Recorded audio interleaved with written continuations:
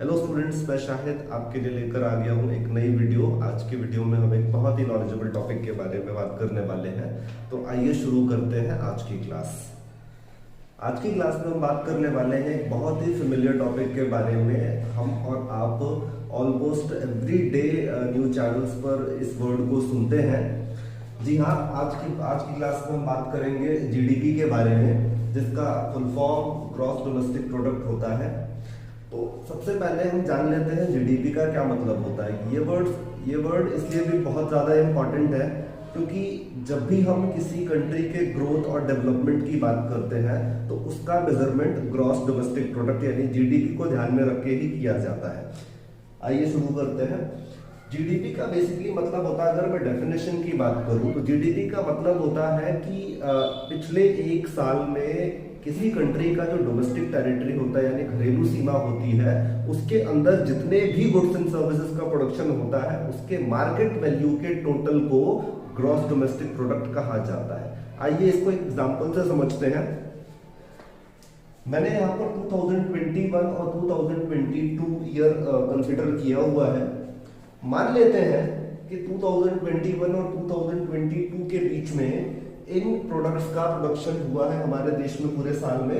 Rice 100 quintals, wheat 200 quintals, pulses 50 quintals और cloth 150 metres. हमारी country में बहुत सारे गुड्स एंड सर्विसेज का प्रोडक्शन होता है। मैंने यहाँ पर कुछ गुड्स को एज एन एग्जांपल कंसिडर किया हुआ है। राइस, व्हीट, पल्सेस, क्लॉथ और उनकी क्वांटिटी, इतना प्रोडक्शन हुआ है। जब हम इनके मार्केट प्राइस को लिख लेते हैं, फॉर एग्जांपल हम मान लेते हैं कि राइस का मार्केट प्राइस जो है वो 50 रुपीज है, व्हीट का है 40 रुपीज, पल्सेस का 50 है और क्लॉथ का 10 रुपीज है। तो जब हम क्वांटिटी राइस की अगर हम बात करें तो 100 क्विंटल्स राइस का प्रोडक्शन हुआ है और उसका मार्केट प्राइस 50 है, तो टोटल वैल्यू 5000 आ जाएगी इसकी। वैसे ही हर प्रोडक्ट का हम क्या कर रहे हैं, क्वांटिटी और मार्केट प्राइस का टोटल जो हम निकाल रहे हैं उसका। अब सारे प्रोडक्ट का जो टोटल आएगा वो 17000 आएगा, यानी हर प्रोडक्ट की क्वांटिटी को हमने उसके मार्केट प्राइस से मल्टीप्लाई करके उसकी टोटल वैल्यू कैलकुलेट की। फिर हमने सारे प्रोडक्ट का टोटल करके total value of goods and services calculate कर लिया। तो अब इसी टोटल वैल्यू को हम ग्रॉस डोमेस्टिक प्रोडक्ट यानी जीडीपी बोलते हैं। अब जीडीपी को ग्रोथ के साथ डायरेक्टली रिलेट किया जाता है, वो इसलिए यहां पर अगर हम देखें तो 2021 और 2022 में हमारा जो जीडीपी है वो 17,000 आ रहा है। अगर नेक्स्ट ईयर हमारा जीडीपी इससे इंक्रीज हो जाता है तो वो इंडिकेट करेगा कि हम नेक्स्ट ईयर में और ज्यादा प्रोडक्शन करेंगे। और ज्यादा प्रोडक्शन, गुड्स एंड सर्विसेज का प्रोडक्शन का मतलब ये होता है कि गुड्स एंड सर्विसेज की ज्यादा अवेलेबिलिटी होगी कंट्री में और वो उन लोगों तक पहुंच पाएगा जिन्हें इसकी जरूरत है। तो आइए जीडीपी के टाइप्स की बात करते हैं। कितने टाइप का जीडीपी होता है? जीडीपी के टाइप्स की अगर हम बात करें तो 2 टाइप्स के जीडीपी होते हैं। First one is GDP at current price, जिसको नॉमिनल जीडीपी भी कहा जाता है, and second one is GDP at constant price, जिसको रियल जीडीपी भी कहा जाता है। एक एक करके हम दोनों जीडीपी की बात करने वाले हैं। सबसे पहले हम बात करने वाले हैं जीडीपी एट करंट प्राइस के बारे में, जिसको हम नॉमिनल जीडीपी भी बोलते हैं। जब भी हम नॉमिनल जीडीपी कैलकुलेट करते हैं तो हमें क्वांटिटी भी करंट ईयर का कंसिडर करना होता है और प्राइस भी उसी ईयर का, जिस ईयर का क्वांटिटी कंसिडर करते हैं उसी ईयर का प्राइस भी कंसिडर किया जाता है। फॉर एग्जांपल, अगर हम किसी ईयर का नॉमिनल जीडीपी कैलकुलेट कर रहे हैं तो उस ईयर के जितने भी गुड्स का प्रोडक्शन होगा उसको कंसिडर करेंगे, उनकी क्वांटिटी को कंसिडर करेंगे और सेम ईयर के प्राइस को भी कंसिडर करेंगे। तो जब हम इनकी टोटल मार्केट वैल्यू कैलकुलेट कर लेते हैं तो जो वैल्यू निकल के आएगी हमारे सामने उसको हम नॉमिनल जीडीपी कहेंगे। आपको हमेशा याद रखना है कि जब हम नॉमिनल जीडीपी की बात करते हैं तो नॉमिनल जीडीपी करंट ईयर की क्वांटिटी और करंट ईयर के प्राइस को यूज करके कैलकुलेट किया जाता है। आइए बात करते हैं जीडीपी एट कांस्टेंट प्राइस की और कैसे ये दोनों डिफरेंट हैं एक दूसरे से, उसकी भी बात करेंगे। जीडीपी एट कांस्टेंट प्राइस या रियल जीडीपी का क्या मतलब होता है? जब हम रियल जीडीपी कैलकुलेट करते हैं तो क्वांटिटी तो हम करंट ईयर का कंसिडर करते हैं, बट प्राइस हम करंट ईयर का कंसिडर ना करके बेस ईयर का कंसिडर करते हैं। वो बेस ईयर प्रीवियस ईयर में से कोई एक ईयर हो सकता है। For example real GDP calculate करने के लिए मैंने क्वांटिटी 2021 और 2022 का कंसिडर किया है, बट प्राइस 2015 और 2016 का कंसिडर किया है मैंने। फॉर एग्जांपल 2021 और 2022 में व्हीट, राइस, पल्सेस और ऑयल का प्रोडक्शन हुआ था, क्वांटिटी 100, 250 और 50। प्राइसेस जो मैंने यहाँ कंसिडर किए हुए हैं, प्राइसेस मैंने 2015 और 16, क्वांटिटी तो 21 और 22 का है, बट प्राइसेस 15 और 16 का है। जब हम बेस ईयर को, करंट ईयर की क्वांटिटी के साथ बेस ईयर के प्राइस को यूज करके जीडीपी कैलकुलेट करते हैं, तो जो टोटल वैल्यू हमें मिल जाती है उसको हमें जीडीपी एट कांस्टेंट प्राइस बोलना है, दैट इज रियल जीडीपी। तो नॉमिनल जीडीपी और रियल जीडीपी में जो बेसिक डिफरेंस होता है वो यही होता है कि जब भी हम नॉमिनल जीडीपी कैलकुलेट करते हैं तो हम क्वांटिटी भी उसी ईयर का यूज करते हैं जिस ईयर का प्राइस, यानी सेम ईयर का क्वांटिटी और सेम ईयर का प्राइस। लेकिन जब हम रियल जीडीपी कैलकुलेट करते हैं तो हम क्वांटिटी तो करंट ईयर का कंसिडर करते हैं, बट प्राइस बेस ईयर का, यानी करंट ईयर का कंसिडर ना करके बेस ईयर का कंसिडर किया जाता है। थोड़ा और डिटेल में डिस्कस करते हैं। दोनों टाइप के जीडीपी के मीनिंग की बात तो कर ली हमने, लेकिन आइए थोड़ा और कंसेप्चुअल तरीके से इसको समझते हैं। तो जीडीपी टू टाइप्स का होता है और उनके मीनिंग की बात तो हमने कर ली, लेकिन उनका मतलब अच्छे से समझने के लिए थोड़ा डीपली जाना पड़ेगा हमें। आइए दोनों जीडीपी को हम एक एक करके और अच्छे से समझते हैं। सबसे पहले हम बात करेंगे जीडीपी एट करंट प्राइस की, यानी नॉमिनल जीडीपी की। मीनिंग में मैंने आपको बताया कि जब भी हम नॉमिनल जीडीपी कैलकुलेट करते हैं तो हम करंट ईयर के प्राइस को यूज करते हैं और क्वांटिटी भी करंट ईयर का यूज किया जाता है। फॉर एग्जांपल अगर हम 2020 और 2021 का नॉमिनल जीडीपी कैलकुलेट कर रहे हैं तो हमने यहाँ पे 4 टाइप के गुड्स लिख दिए हैं और इस ईयर में जितना भी प्रोडक्शन हुआ है उसको लिख दिया है, और इन गुड्स के जो प्राइसेस थे इसी ईयर में 2021 में उसको लिख दिया, यानी क्वांटिटी भी हमने 2021 का लिखा और प्राइस भी 2021 का लिखा। इन दोनों को यूज करके इनकी मार्केट वैल्यू जो हमने कैलकुलेट की विच इज 12,500, यानी 2020 और 2021 का जो नॉमिनल जीडीपी है वो 12,500 है। वैसे ही जब हम 2021 और 2022 का नॉमिनल जीडीपी कैलकुलेट करेंगे तो हमें उसी ईयर का क्वांटिटी यूज करना है और उसी ईयर का प्राइस यूज करना है। आइए देखते हैं। एग्जांपल में मैंने उन्हीं गुड्स की बात की है जो हमने लास्ट ईयर में यूज करके GDP calculate, wheat, rice, pulses और क्लॉथ। हम ये अज्यूम कर लेते हैं कि जितना प्रोडक्शन हमारा लास्ट ईयर हुआ था उतना ही प्रोडक्शन हमारा इस ईयर भी हुआ है, 100, 150, 50 और 100 सेम प्रोडक्शन मैंने लिखा हुआ है। ये अज्यूम कर लेना है कि लास्ट ईयर जितना प्रोडक्शन था उतना ही नेक्स्ट ईयर प्रोडक्शन होगा, उतना ही नेक्स्ट ईयर प्रोडक्शन होगा। तो प्राइसेस में हम 2021 और 2022 को कंसिडर करेंगे, क्योंकि नॉमिनल जीडीपी कैलकुलेट करते टाइम आपको जिस ईयर का क्वांटिटी यूज कर रहे हो आप उसी ईयर का प्राइस यूज करना है आपको। तो यहाँ 2021 और 2022 का प्राइस देखा मैंने। अब प्राइसेस जो है वो ईयर आफ्टर ईयर बढ़ते जाते हैं, इसलिए प्राइसेस अगर आप देखो तो लास्ट ईयर के कंपैरिजन में प्राइसेस इंक्रीज हुए हैं। व्हीट का प्राइस 10 था, नेक्स्ट ईयर में 15 हो गया। प्राइसेस का 30 था, 40 हो गया। पल्सेस का 40 था, 50 हो गया। तो ईयर आफ्टर ईयर प्राइसेस बढ़ते जाते हैं, इसलिए प्राइसेस यहाँ पे आपको बढ़े हुए दिख रहे हैं। तो जब हमने इन दोनों को मल्टीप्लाई करके जीडीपी कैलकुलेट किया तो जीडीपी आ रहा है हमारा 16,000। अब क्योंकि जीडीपी को डायरेक्टली किसी भी कंट्री के ग्रोथ से रिलेट किया जाता है, यानी जितना ज्यादा जीडीपी कंट्री उतनी ज्यादा डेवलप कर रही है, तो इस जीडीपी को देखकर तो हमें ये लगेगा कि हमारी कंट्री का ग्रोथ हो रहा है। लास्ट ईयर हमारा जीडीपी 12,500 था, लेकिन अब हमारा जीडीपी 16,000 है।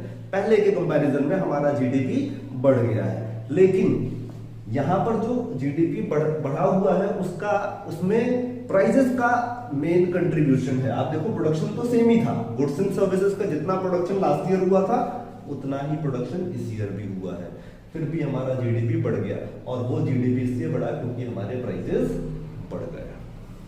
किसी भी कंट्री का ग्रोथ तभी पॉसिबल होता है जब वो अपने प्रोडक्शन कैपेसिटी में इंक्रीज कर ले, यानी ग्रोथ तभी पॉसिबल है जब गुड्स एंड सर्विसेज का ज्यादा प्रोडक्शन होगा।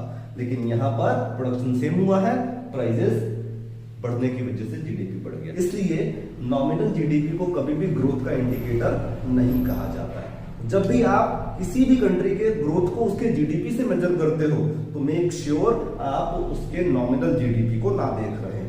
आइए रियल जीडीपी की बात करते हैं और कैसे वो इससे डिफरेंट होता है। दूसरी तरफ जब हम रियल जीडीपी की बात करते हैं तो रियल जीडीपी कैलकुलेट करते टाइम हम क्वांटिटी तो करंट ईयर का कंसिडर करते हैं, बट प्राइस हमेशा बेस ईयर का। यानी अगर आप क्वांटिटी 2020 और 2021 का ले रहे हो तो आपको प्राइस उस ईयर का ना लेके 3-4 साल पहले का प्राइस, जिसको बेस ईयर का प्राइस कहा जाता है, उसका यूज किया जाता है हमेशा। फॉर एग्जांपल अगर हम 2020 और 2021 का रियल जीडीपी कैलकुलेट कर रहे हैं तो हमने यहाँ पे कुछ गुड्स को यूज ले लिया है, उनके प्रोडक्शन को ले लिया है। ये जो प्रोडक्शन शो हो रहा है यहाँ पे 100, 150, 50 और 100, ये प्रोडक्शन आपका करंट ईयर का यानी 2020 और 2021 का। बट जो प्राइजेस यहाँ पर लिखे हुए हैं 5, 10, 20, 30, ये आपका 2015, 2016 का फॉर एग्जांपल प्राइस लिया गया है यहाँ पे, क्योंकि रियल जीडीपी कैलकुलेट करते टाइम आपको हमेशा बेस ईयर का प्राइस कंसिडर करना होता है।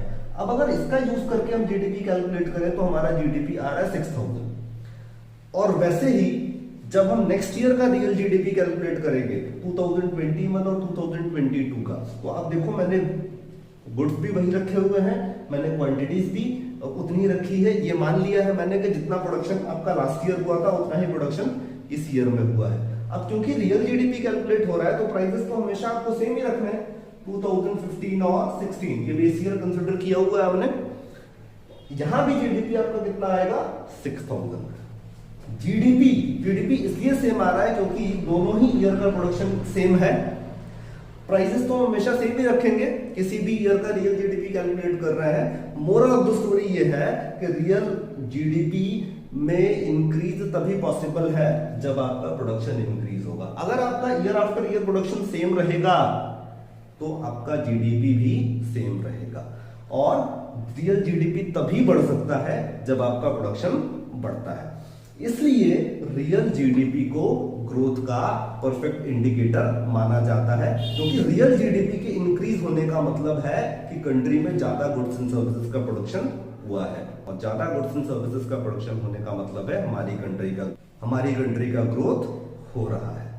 तो ये एक बेसिक डिफरेंस होता है नॉमिनल जीडीपी और रियल जीडीपी में, क्योंकि नॉमिनल जीडीपी को ग्रोथ का इंडिकेटर नहीं माना जाता है, क्योंकि नॉमिनल जीडीपी इंक्रीज होता रहेगा ईयर आफ्टर ईयर, और वो इंक्रीज इसलिए होता है क्योंकि प्राइसेस इंक्रीज होते जाते हैं ईयर आफ्टर ईयर। और रियल जीडीपी ग्रोथ का परफेक्ट इंडिकेटर है, क्योंकि इसमें इंक्रीज तभी पॉसिबल है जब क्वांटिटी गुड्स एंड सर्विसेज का बढ़ा हुआ हो।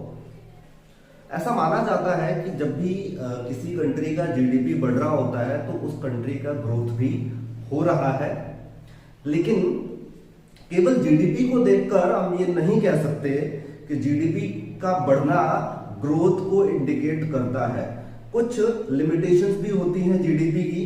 तो आइए कुछ पॉइंट्स को डिस्कस करते हैं, जिनको देखने के बाद आपको ये पता लग जाएगा कि क्यों जीडीपी को ग्रोथ का इंडिकेटर नहीं माना जाना चाहिए। केवल जीडीपी को देखकर ये नहीं कहा जाना चाहिए कि कंट्री का ग्रोथ हो रहा है। सबसे पहले हम बात करेंगे कॉम्पोजिशन ऑफ जीडीपी के बारे में। कॉम्पोजिशन ऑफ जीडीपी का मतलब ये होता है कि जब भी हम जीडीपी की बात करते हैं तो उसमें हम एक कंट्री के अंदर जितने भी गुड्स एंड सर्विसेज का प्रोडक्शन होता है विद इन अ ईयर, उन सबको इंक्लूड कर लिया जाता है। अब इस गुड्स एंड सर्विसेज में कंज्यूमर गुड्स भी होते हैं और डिफेंस के गुड्स भी होते हैं। फॉर एग्जाम्पल अगर किसी ईयर में किसी कंट्री ने अपने डिफेंस के गुड्स का प्रोडक्शन बहुत ज्यादा इंक्रीज कर दिया तो उसको इंक्लूड करने की वजह से हमारा जीडीपी तो इंक्रीज हो जाएगा, लेकिन उस डिफेंस के गुड्स का डायरेक्टली बेनिफिट उस कंट्री के पुअर्स को नहीं मिलेगा। तो जीडीपी तो आपको दिखेगा इंक्रीज हो चुका है, लेकिन वो जीडीपी इसलिए इंक्रीज हुआ है क्योंकि डिफेंस गुड्स का प्रोडक्शन बहुत ज्यादा इंक्रीज हो गया है इस ईयर। तो डिफेंस गुड्स के प्रोडक्शन में इंक्रीज होने से उस कंट्री के पुअर्स को कोई डायरेक्टली बेनिफिट नहीं मिलता है। तो जीडीपी तो बढ़ा हुआ दिख सकता है आपको, लेकिन उस कंट्री का ओवरऑल डेवलपमेंट नहीं होता।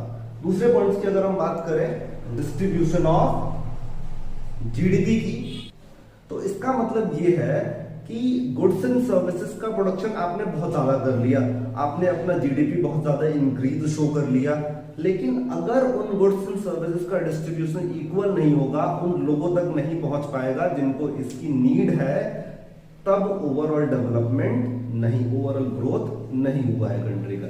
यानी प्रोडक्शन आप कितना ही इंक्रीज कर लो, कितना ही गुड्स एंड सर्विसेज का प्रोडक्शन आप बढ़ा लो, अगर डिस्ट्रीब्यूशन इकोनॉमी में इक्वल नहीं है तो कंट्री का डेवलपमेंट नहीं होता है, नहीं ग्रोथ होता है। इसलिए जीडीपी को वेलफेयर का इंडिकेटर नहीं माना जाना चाहिए। Third one is population growth. Year after year GDP बढ़ता जा रहा है, बट उसके साथ साथ पॉपुलेशन का ग्रोथ भी इंक्रीज हो रहा है बहुत ज्यादा।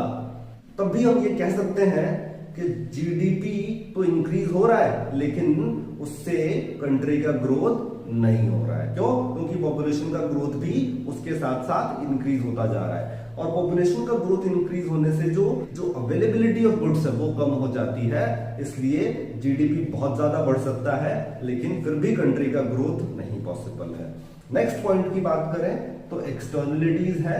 एक्सटर्नलिटीज की जब हम बात करते हैं, उससे पहले मैं आपको बता दूं कि जब हम जीडीपी की बात करते हैं तो उस जीडीपी में एक कंट्री के अंदर विद इन अ ईयर जितने भी गुड्स एंड सर्विसेज का प्रोडक्शन हुआ है सबको इंक्लूड किया जाता है। इसमें उन सर्विसेज को भी इंक्लूड किया जाता है जिनके बदले कोई रिवॉर्ड, कोई पेनल्टीज नहीं लगाई जाती है। एक्सटर्नलिटीज दो टाइप की होती हैं, पॉजिटिव और नेगेटिव। पॉजिटिव एक्सटर्नलिटीज का मतलब होता है कोई अच्छा काम आपने किया किसी के लिए, बट उसके बदले में, उस सर्विस के बदले में आपको कोई भी रिवॉर्ड नहीं मिला। फॉर एग्जाम्पल, मिस्टर एक्स और मिस्टर वाई दो पड़ोसी हैं। मिस्टर एक्स ने अपने घर के आगे एक अच्छा सा बागीचा बना रखा है, वहां का एनवायरनमेंट उसकी वजह से बहुत ज्यादा क्लीन है, जिसका बेनिफिट मिस्टर वाई को भी मिलेगा। लेकिन क्या मिस्टर वाई मिस्टर एक्स को उसके बदले रिवॉर्ड देंगे उन्हें? तो आंसर होगा नहीं। मिस्टर एक्स को कोई रिवॉर्ड नहीं मिला, और जिसकी वजह से उसका वैल्यूएशन जीडीपी में नहीं हो पाता है,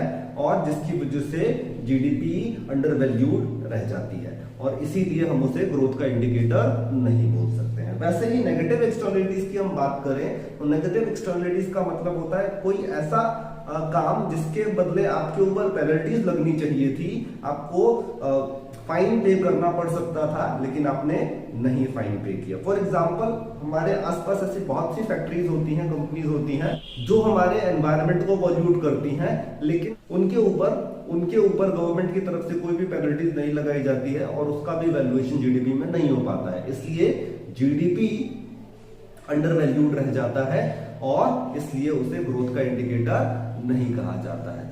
अगर हम लास्ट पॉइंट की बात करें तो लास्ट पॉइंट है हमारा नॉन मॉनेटरी एक्सचेंज। हमारी कंट्री में आज भी ऐसी बहुत सी जगह हैं जहां पर गुड्स को एक्सचेंज किया जाता है गुड्स के बदले, और ऐसे ट्रांजैक्शंस का कोई भी मार्केट वैल्यूएशन नहीं हो पाता है, और वो जीडीपी में इंक्लूड नहीं हो पाते हैं, जिसकी वजह से हमारा जीडीपी अंडर वैल्यूड हो जाता है, और इसीलिए उसको ग्रोथ का इंडिकेटर नहीं माना जाता। सो आज की क्लास में इतना ही। वीडियो को लाइक, सब्सक्राइब और शेयर करना ना भूलें। मिलते हैं अगले वीडियो।